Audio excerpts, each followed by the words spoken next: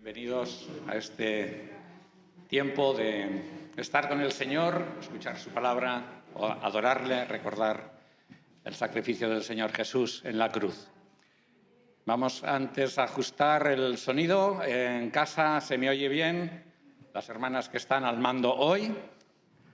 Vamos a hacer la prueba para que sí. Vale. Pues muy bien. Por fe y por técnica. Pues nada, damos también bienvenida a los hermanos que nos siguen por Zoom. Así que vamos a orar al Señor y pedirle su ayuda para este rato que vamos a estar juntos. Padre nuestro, gracias de nuevo por esta oportunidad de poder vernos como hijos tuyos, reunirnos como iglesia. Es un gozo vernos los unos a los otros y también, Señor, sobre todo, pues fijarnos en ti, en tu presencia a través del Espíritu Santo, asegurada por el Espíritu Santo, y también, Señor, en la dimensión espiritual donde está el Padre y el Hijo. Gracias por ser nuestro Dios, nuestro Salvador, nuestra esperanza y nuestra motivación, nuestra alegría. A ti la gloria. Amén. Vale, pues vamos a ir al libro de los Hechos de los Apóstoles. Vamos a ver un pasaje que os traigo esta mañana para considerarlo juntos. Hechos de los Apóstoles, capítulo 9 y versículo 31. Libro de Hechos de los Apóstoles. ¿Quién sabe cómo se llama también otro nombre que se da al libro de Hechos en vez de los Apóstoles? Los Hechos del Espíritu Santo. Muy bien. Hechos, capítulo 9, versículo 31.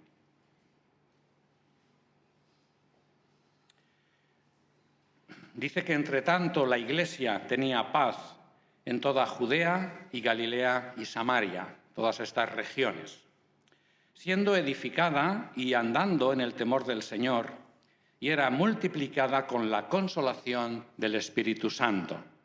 Estoy leyendo en la Biblia textual, por si veis que hay alguna diferencia. Pasando Pedro por todos los lugares, aconteció que también fue a los santos, a los cristianos que habitaban en Lida. Y allí encontró a cierto hombre de nombre Eneas, quien estaba paralizado, acostado en un catre por 8 años. Pedro le dijo: Eneas, Jesucristo te sana, levántate y haz tu catre. Y se levantó al instante. Y lo vieron todos los que habitaban en Lida y en Sarón y se convirtieron al Señor. Había entonces en Jope cierta discípula de nombre Tabita, que significa Gacela. Esta estaba llena de buenas obras y de limosnas que hacía. Y aconteció que en aquellos días se enfermó hasta que murió. Y después de lavarla, la pusieron en un aposento alto. Y estando Lida cerca de Jope, los discípulos, oyendo que Pedro estaba en ella, le enviaron a 2 hombres rogándole: no tardes en venir a nosotros. Entonces Pedro, levantándose, fue con ellos. Y cuando llegó, lo llevaron al aposento alto. Y todas las viudas se presentaron delante de él, llorando y mostrando cuántas túnicas y mantos hacía Gacela cuando estaba con ellas. Entonces Pedro, sacando afuera a todos y puesto de rodillas, oró. Y volviéndose hacia el cuerpo, dijo: Tabita, levántate. Y ella abrió los ojos, y al ver a Pedro se incorporó. Y dándole la mano la levantó y llamando a los santos y a las viudas la presentó viva. Y fue notorio en toda Jope y muchos creyeron en el Señor. Y aconteció que se quedó Pedro muchos días en Jope con cierto Simón Curtidor. Vale, esta es la lectura, el pasaje que tenemos por delante en esta mañana. Pero antes vamos a ver cómo está nuestra memoria. A ver, ¿quién se acuerda de cómo se dice levántate en arameo? No es correcto. Kumi, eso sí, levántate. Habéis dicho niña, levántate. Talita, niña. Kumi, levántate. Muy bien. No pasa nada, no pasa nada. Muy bien. Esto lo aprendimos, espero que lo aprendamos ya, Hace unos cuantos domingos, cuando estuvimos considerando aquel pasaje de Marcos capítulo 5, donde se nos narra precisamente cómo Jesús resucitó a la hija de Jairo. Un hecho que, ya decíamos, encontramos recogido no solamente en el Evangelio de Marcos, sino también Mateo y Lucas lo narran. Pero solo la narración de Marcos conserva las palabras exactas en arameo que pronunció Jesús y que, como dijimos en aquella ocasión, tanto impactaron en el apóstol Pedro, ¿no? Al contemplar, pues bueno, nos podemos imaginar la escena, hay un cuerpo muerto de una niña de 12 años, eso es un drama, ¿vale? Y al Señor resucitándola, como vimos en aquella ocasión. Y fue una escena impactante para todos los que la pudieron ver. Los únicos espectadores que la pudieron ver, lo recordamos, fueron los padres de la niña, Jairo y su esposa, Pedro, Jacobo y Juan. Talita, niña, cumi, levántate. Si os acordáis, en aquella ocasión valorábamos el hecho, es que de hecho el mensaje de esta mañana es la continuación de aquel que vimos en aquella ocasión. Por eso estoy intentando que recordemos algunas de las cosas que valorábamos. Y una de las cuestiones que decíamos importantes es que afortunadamente podemos leer los relatos bíblicos en nuestros idiomas, ya sea catalán, castellano, inglés, etcétera, etcétera, ¿no? Pero recordábamos que los documentos originales, especialmente del Nuevo Testamento, están escritos en el griego que se usaba en el primer siglo. Pero decíamos que en realidad el idioma autóctono, el que hablaban entre ellos en las tierras israelitas, era el arameo, como ya vimos. El arameo era el idioma de Jesús, de su familia, de los discípulos y de la mayoría de las tierras de los habitantes de aquellos lugares. Y hoy tenemos delante de nosotros, especialmente el que hemos leído de Tabita, un contexto donde se hablaba también el arameo. Era el original, el idioma en el que hablaban los protagonistas de este relato. De ahí que, de nuevo, aparezcan trazos de ese idioma en el mismo, ¿no? Aunque la escena se desarrolla en Jope. Jope estaba a orillas del mar Mediterráneo y estaba a unos 50 kilómetros de Jerusalén. Y la protagonista se llamaba Tabita, que era un nombre arameo, ¿vale? Y que no hay que confundir con Talita, que es otra cosa. Talita es niña. Tabita es Dorcas. Tabita es arameo, Dorcas es griego y Gacela es el significado en castellano. Así que fijaos como de nuevo los idiomas están ahí mezclados. Diríamos que, bueno, en realidad estos datos no tienen mayor importancia porque lo que a nosotros nos interesa es el suceso que ocurre, ¿no? Pero sí que tienen importancia cuando, sobre todo al ver y al comprobar la autenticidad del relato, ¿no? Que junto al contenido sencillo, como veremos en esta mañana, de lo que ocurre, pues son indicativos de su historicidad, de su realidad, ¿no? Y por eso a veces estos datos también son interesantes valorarlos. Igualmente, ya que nos encontramos en el libro de los Hechos, es importante tener en cuenta el contexto general que se estaba viviendo, el contexto histórico, en el momento de la escena, precisamente para no sacar conclusiones equivocadas sobre la figura de Pedro, que es el protagonista aquí, ¿no? Como se ha hecho en alguna rama del cristianismo, donde sabéis que a Pedro se le da una importancia que ni él mismo se atribuye ni la Escritura lo atribuye. Muy bien. Jesús había muerto en la cruz, había sido sepultado, había resucitado al tercer día, estuvo 40 días con los discípulos y por fin fue alzado al cielo, a sentarse al trono celestial al lado de su Padre, donde todavía está y de donde un día se levantará de ese trono para volver a la tierra. 10 días después de la partida del Señor, como ya sabéis, durante la fiesta judía de Pentecostés, Dios, el Espíritu Santo, tomó el control de la situación, como se nos narra en el capítulo 2 del libro de Hechos. Y por la predicación de los 12 apóstoles, los 11 más Matías, porque Judas se había suicidado,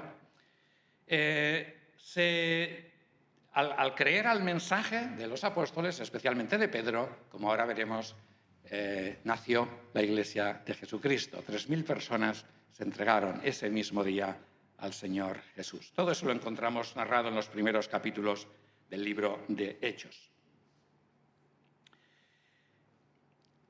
Cuando nosotros examinamos estos pasajes y los estudiamos, nos damos cuenta que después de la partida del Señor tuvieron importancia especial el ministerio de los 12 apóstoles, ¿vale? Y los 12 apóstoles como cuerpo apostólico. Y entendemos por qué el Señor los eligió a ellos precisamente para que tuvieran un papel importante en el nacimiento de la Iglesia. Jesús tuvo más discípulos, no solamente iban los 12 con él, ¿vale? Por ejemplo, en el primer capítulo del libro de los Hechos vemos a 120 discípulos reunidos, ¿no? Y estaban los 11, estaba José, Matías, finalmente los sucesores de los que propusieron como sucesores de Judas, finalmente fue Matías el elegido. Ahí estaban muchas mujeres que habían seguido al Señor Jesús, estaba la madre del Señor, estaban los hermanos del Señor que por fin creyeron en él. Es decir, que el Señor tuvo muchos discípulos, muchos seguidores durante su ministerio, ¿vale? Pero los 12, como digo, como cuerpo apostólico, tuvieron un papel especial. Y ahora veremos por qué. Cuando llegamos al capítulo 2 de Hechos, como ya he dicho antes, se nos narra el nacimiento de la Iglesia el día de Pentecostés. El Espíritu Santo llena con su presencia a todos los discípulos. Es importante fijarse en este detalle. A hombres y mujeres, ¿vale? Los llena a todos. Pero es Pedro, con los 11 apóstoles, los que tuvieron la capacidad de explicar a la gente lo que estaba pasando, ¿vale? Un movimiento imparable. El nacimiento de la Iglesia de Jesucristo, compuesta por todos aquellos y aquellas que por la predicación del Evangelio de Jesucristo se entregaban a Jesús creyéndole como su Dios y Salvador. Todos los que daban ese paso formaban la Iglesia de Jesús y pasaban a ser también sus discípulos. Nosotros mismos somos la Iglesia del Señor y somos sus discípulos. Pero como digo, en el nacimiento de la Iglesia y su posterior desarrollo, los 12 apóstoles tuvieron un papel fundamental y único precisamente para explicar, para guiar y dirigir y pastorear y edificar a todos los nuevos creyentes o discípulos de Jesús, que en pocos días fueron 8.000 personas, ¿vale? Imaginaos, una iglesia de 8.000 personas. Claro, no todos se quedaron en Jerusalén, porque el día de Pentecostés vinieron judíos de otras partes, ¿verdad? Y cuando fueron a sus poblaciones, como aquí ocurre en Jope, pues también se reunieron como iglesia. Hay una frase que se menciona en el Nuevo Testamento y que se usa como definición, es muy interesante, de este concepto bíblico que os estoy comentando. Y el propio apóstol Pablo, que no formó parte de los 12, fue después, cuando el Señor resucitado se le apareció en el camino a Damasco y le llamó a ser su apóstol, enviado a los no judíos, él también la menciona en su propio caso. Dice, escribiendo a la iglesia de la ciudad de Corinto, en la segunda carta a Corintios, capítulo 12 y versículo 12. ¿Qué dice Pablo allí? Segunda a los Corintios 12:12. Dice, en verdad, las señales de apóstol, esta es la frase importante, las señales de apóstol fueron hechas entre vosotros, oh corintios, con toda paciencia, con milagros y prodigios y con poderes sobrenaturales. Y obviamente estas eran las señales de apóstol. Paciencia, milagros, prodigios y poderes sobrenaturales. Y estas señales de los apóstoles son las que vemos precisamente en el libro de los Hechos, que nos narran los primeros años de la Iglesia, del nacimiento de la Iglesia, una iglesia bebé en el Señor Jesucristo. Vamos a ver dos ejemplos, vamos a ir a Hechos capítulo 2, versículo 41.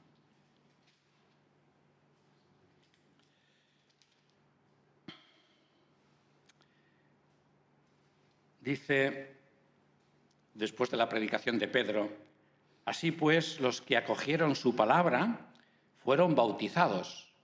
Fueron bautizados en el nombre de Jesús.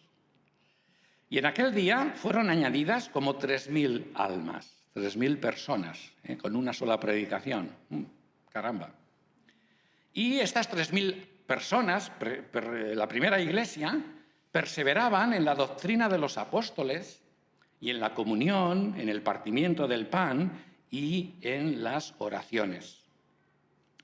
Y sobrevenía temor a toda alma, a toda persona, y muchos prodigios y señales milagrosas eran hechas por los apóstoles. ¿Vale? Y tenemos las señales de apóstol. Muy bien. Capítulo 5, versículo 12.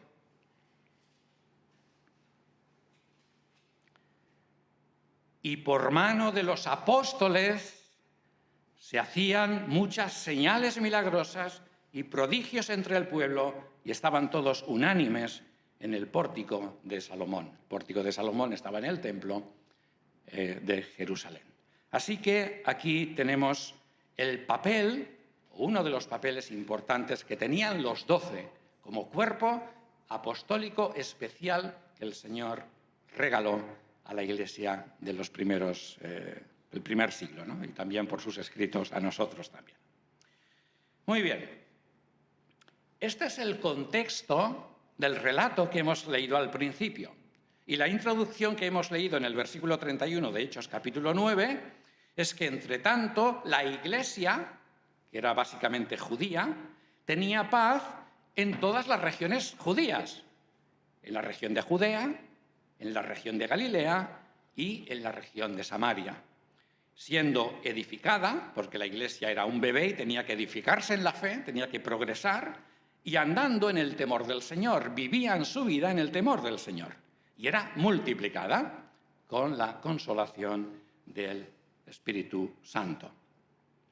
Una Iglesia numerosa, una Iglesia esparcida, porque no todos estaban en Jerusalén, aunque seguían, digamos, con los ritos judíos, seguían acudiendo a Jerusalén, ¿no? Pero una Iglesia que debía ser edificada en la fe, que debía ser cuidada, que debía ser pastoreada. Y vemos cómo esta labor recaía principalmente en el ministerio de los 12 apóstoles mientras vivieron. Así que a partir del versículo 32, en el relato que tenemos delante, vemos cómo esa labor pastoral está centrada en Pedro. Esto no quiere decir que era el único que lo hacía. Los 11 también lo hacían, ¿vale? Se repartían el trabajo. Esto es obvio. Y el capítulo 9 del libro de los Hechos se centra en el ministerio de Pedro en una de esas visitas a los cristianos, concretamente de la ciudad de Lida, en los versículos 32 al 35. Lida estaba situada a unos 38 kilómetros de Jerusalén. Y ahí hace una de esas señales de apóstol. Sana a este hombre, parece que no era creyente, no lo sabemos, pero bueno, sana a este hombre paralítico llamado Eneas, ¿vale? Ahora, fijaos cómo lo hace. Es importante que nos demos cuenta de los detalles. Versículo 34. Le dice: Eneas, Jesucristo te sana. Levántate, recoge tu lecho, ya puedes irte a tu casa. Eneas, Jesucristo te sana. Y llama la atención cómo en ningún momento el apóstol Pedro se atribuye el milagro. Yo te sano, en el nombre del Señor te pongo la mano y te sano. No, no, no. Es Jesucristo el que te sana, no yo. Y esto está corroborado por los testigos que lo vieron. Había testigos. Versículo 35. Los habitantes de Lida y de la región circunvecina, llamada Sarón, quienes, a raíz no solamente de la predicación, sino del poder que este Jesús tenía, ¿vale?, se convirtieron, no en seguidores de Pedro, no le edificaron un edificio, una iglesia dedicada a él, no le consideraron el primer papa, ¿no?, o santo, ¿no?, como al estilo católico romano. No, no. La gente, dice Lucas, la gente se convertía ¿a quién? Al Señor Jesucristo. Claro. Pasaban a ser discípulos no de Pedro, sino de Jesús. Qué importante es este dato, para que no nos confundamos nosotros también. ¿A quién hay que seguir? Y entonces pasamos al relato siguiente, versículos 36 al 43. Entre las ciudades de Lida y Jope había una distancia de 17 kilómetros, no estaban muy lejos. En Jope, como hemos leído, vivía una discípula, esta sí que era discípula del Señor Jesucristo, llamada Dorcas en griego, Tabita en arameo y en castellano, Gacela. Muy bien. Una hermana en la fe muy querida, muy apreciada, realmente, de esas que impactan, ¿no? Especialmente, nos dice el texto, por su labor social entre los más necesitados, concretamente su trabajo con las mujeres que habían perdido a sus maridos, ¿no?, y que, por lo tanto, en aquella época no tenían protección, la protección social que hoy sí, afortunadamente, existe. Y estas mujeres especialmente necesitaban ayuda, necesitaban ser cuidadas. Pero ¿qué pasa? Tabita cae enferma y muere. Muere a causa de la enfermedad. Y esto fue muy impactante para los hermanos de Jope. Y bueno, como sabían que Pedro estaba en la ciudad de Lida, que no estaba muy lejos, 17 kilómetros, deciden mandar a 2 hombres para que viniera a Jope y a ver qué podría hacer, ¿no? Pedro decide acompañarlos y se encuentra con el siguiente panorama, versículo 39. Entonces Pedro, levantándose, fue con ellos. Y cuando llegó, lo llevaron al aposento alto. ¿Vale? Es importante que nos imaginemos las escenas que leemos. Y todas las viudas se presentaron delante de él, llorando y mostrando cuántas túnicas y mantos hacía Gacela cuando estaba con ellas. Bueno, con esto se encuentra Pedro. Y tiene delante de sí un cadáver. Y la gente llorando, ¿no? Un cadáver metido en una habitación, ¿no? Una escena, en cierta medida, parecida a la que él contempló cuando Jesús sanó a la hija de Jairo. Lo único que todo parece indicar que Tabita era una mujer más bien adulta. En cambio, la hija de Jairo, era una niña de 12 años, ¿no? ¿Qué va a hacer Pedro? ¿Qué va a hacer Pedro con ese cuerpo muerto? Cuando el Señor resucitó a la hija de Jairo, ya lo hemos dicho antes, solo dejó que estuvieran presentes los padres y Pedro, Jacobo y Juan. Y el Señor lo que hizo fue, tomó la mano sin vida de la niña y clamó: Talita, niña, cumi, levántate. Y al instante la niña se levantó y andaba. Y otra de las cosas que nos llamó la atención cuando vimos ese pasaje es que Jesús insistió en que nadie supiera eso, ese milagro que había hecho. No se lo digáis a nadie.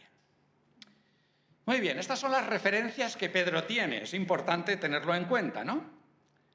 Y nos volvemos a preguntar, él tiene delante un cuerpo muerto. ¿Qué va a hacer Pedro? ¿Qué va a hacer con Tabita? Hombre, llamar a la televisión de Jerusalén, que viniese la prensa y la radio, que se transmitiese en directo por las redes sociales, que se entere todo el mundo del poder del Señor. O de lo que voy a hacer yo. Premio para mí. Dice el texto, versículo 40, que Pedro saca a todos fuera y cierra la puerta. Eso no lo dice el texto, lo digo yo, para añadir emoción a la escena. Todos fuera. Y se queda solo con el cadáver, ¿vale? ¿Y qué hace Pedro? Se pone de rodillas. Bueno, lo dejo para luego. Se pone de rodillas, bueno, lo digo ahora, ¿qué más da? De espaldas a la niña. No está, ay, a la niña, ay, madre, los dos pasajes. A la mujer, me estoy equivocando, ¿vale? No se pone delante de ella. No le va a imponer la mano. No. Hace lo contrario, se gira. Se gira, está de espaldas a la mujer. No sé si estoy diciendo niña o mujer. Bueno. Tabita, vale, Tabita, el nombre arameo me va a ayudar. Tabita. Puesto de rodillas, oró. ¿A quién oró? ¿Qué dijo? Pues no lo sabemos, porque el texto no nos lo dice. Pero sí que sabemos algo importante que hay que tener en cuenta. Y es que ningún ser humano puede volver a la vida a una persona que ha muerto. Ningún ser humano. Ni Pedro, ni nadie más tenía, ni tiene nadie, el poder de resucitar, en ese caso, a Tabita. ¿Quién tiene el poder de dar vida? Pues el autor de la vida. Ese sí tiene el poder. El inventor de la vida. El diseñador de la vida. Y Pedro sí sabía quién era este personaje. Jesús. Jesús. Porque habló de él en su segunda gran predicación, la que dio como fruto la conversión de otras 5.000 personas. ¿Vale? Y la frase concreta que utilizó en esa ocasión, Hechos capítulo 3 y versículo 16, fue la siguiente. Pedro está predicando. Vosotros matasteis al autor de la vida. Y sigue diciendo, a quien Dios resucitó de los muertos, de lo cual nosotros somos testigos. Eso sí que lo decía, podía decir Pedro y los 12. Nosotros somos testigos que Jesús resucitó. Y Pedro había sido testigo de que el autor de la vida, Jesús, el Hijo de Dios, sí podía dar vida a un muerto. Ya lo había hecho. Él había sido testigo, todavía sonaban en sus oídos la voz de Jesús hablando a la hija o dando la orden a la hija de Jairo. Por eso lo tenemos reflejado en el Evangelio de Marcos. ¡Cumi!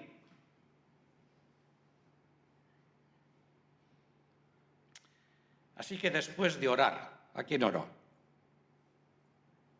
Al autor de la vida, obviamente. Nos sigue diciendo que el texto que Pedro se volvió hacia el cuerpo, ¿vale? Por eso no hizo ningún ritual ni nada extraño. Y dijo, Tabita, Tabita, cumi, Tabita, levántate. Y Tabita abrió los ojos y al ver a Pedro se incorporó. Y, versículo 41, dándole la mano, la levantó, ¿vale? Pero ya resucitada. En cambio, Jesús cogió la mano de la niña, ¿verdad? Antes de darle la vida. Pedro lo hizo al revés. Bueno, Pedro, el Señor Jesús resucitó a Tabita y Pedro le dio la mano una vez vuelta a la vida. Importante estos detalles. Muy bien. ¿Qué pasó después? Hombre, ahora sí. Pedro fue subido a los altares. Pedro fue venerado. Fue reconocido como el primer papa. Ahora sí le dedicaron una iglesia solamente para él, ¿no? A su nombre. Pues no. No pasó nada de eso. De nuevo se repite la frase para que centremos bien la atención de quién se lleva la gloria. Es cierto, porque hay que decirlo, el texto lo dice, que la resurrección de Tabita a través de Pedro fue una noticia de gran impacto. Aunque no se enteraron de lo que ocurrió dentro, pero Pedro sacó a Tabita viva, ¿vale? Y eso pues, fue un gran impacto en las regiones que hemos leído, ¿no? Pero de nuevo dice el texto, versículo 42. Muchos creyeron. ¿En quién? ¿En Pedro? En el Señor. Muchos creyeron en el Señor. En Jesucristo, el autor de la vida, el inventor de la vida, el que realmente resucitó a Tabita. Ni Pedro ni los demás apóstoles nunca usaron su autoridad apostólica, que la tenían, nadie se la quita. No la usaron para autoensalzarse, sino para señalar a Jesucristo como el único, en este caso, con poder para dar vida. Ninguno de ellos tenía el poder de dar vida ni de resucitar. Jesús, el único digno de ser creído, de ser amado, de ser seguido y de ser adorado, como vamos a hacer, hermanos, en esta mañana. Vamos a adorar a Jesús, el autor de la vida. Pedro no podía decir, nunca dijo, bueno, es que yo soy la resurrección y la vida. No lo podía decir, pero ¿quién lo dijo? Jesús. Jesús sí lo podía decir, y lo dijo. ¿Y lo dijo cuándo? Lo dijo cuando resucitó también a su amigo Lázaro. Yo soy la resurrección y la vida. El que cree en mí, aunque muera, vivirá. Y todo el que vive y cree en mí, de ningún modo morirá eternamente. ¿Crees esto? ¿Crees esto? Le pregunta a Marta, la hermana de Lázaro. Hermanos, vamos a recordar a Jesús y vamos a adorar a Jesús, porque somos sus discípulos y somos su iglesia. Gracias a él.